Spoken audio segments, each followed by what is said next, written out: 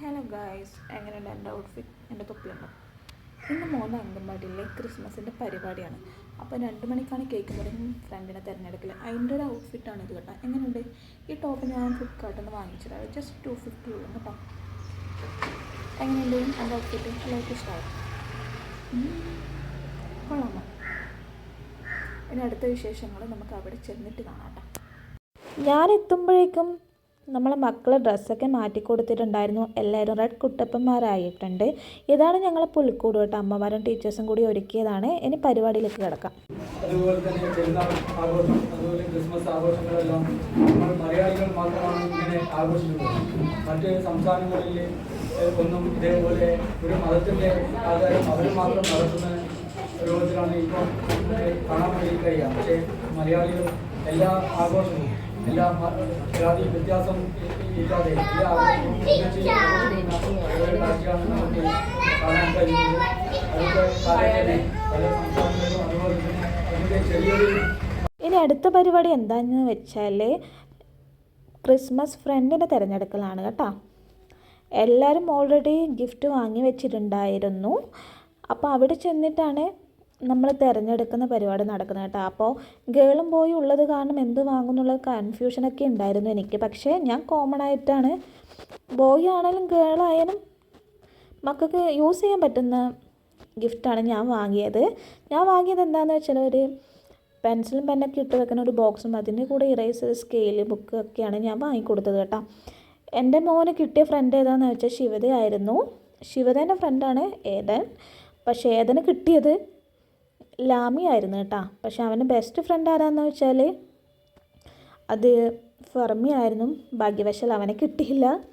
ആ ഒരു സാഡ്നെസ് അവനുണ്ടായിരുന്നു കേട്ടോ കുറച്ച്. ആദ്യം പറഞ്ഞായിരുന്നു അമ്മ എനിക്ക് ഫെർമീനെ വേണമെന്ന് പറഞ്ഞു. പക്ഷേ കിട്ടിയില്ല. നല്ലൊരു പ്രോഗ്രാമാണ് കേട്ടോ. ഇതെന്താണെന്ന് വെച്ചാൽ എല്ലാവർക്കും ഭയങ്കര എക്സൈറ്റ്മെൻ്റ് ആയിരുന്നു.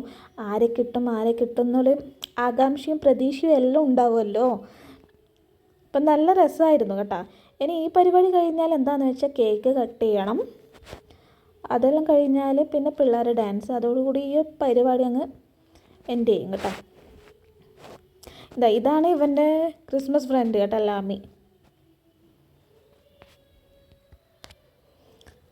അങ്ങനെ എല്ലാവരും പരസ്പരം ഗിഫ്റ്റും ഷെയർ ചെയ്യലാണ്. അപ്പം നല്ല പിള്ളേരും കാര്യങ്ങളൊക്കെ ഉണ്ടായിരുന്നു കേട്ടോ. എല്ലാവർക്കും ലീവ് കാരണം ഒരുപാട് പിള്ളേർ ഈ ഒരു പരിപാടിയിൽ എത്തിച്ചേർന്നിട്ടുണ്ട്. ഇനി അടുത്ത പരിപാടി കേക്ക് കട്ടിംഗ് ആണ്.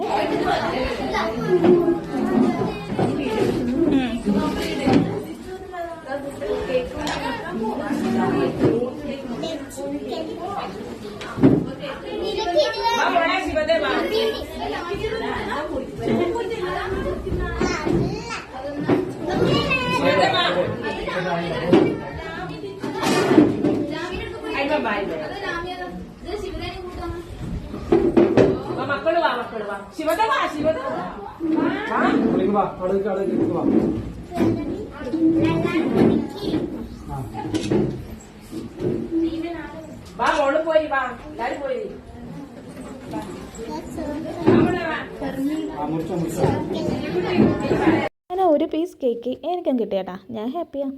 ഇനി അടുത്ത വരെ ഡാൻസ് ആണ് കേട്ടോ.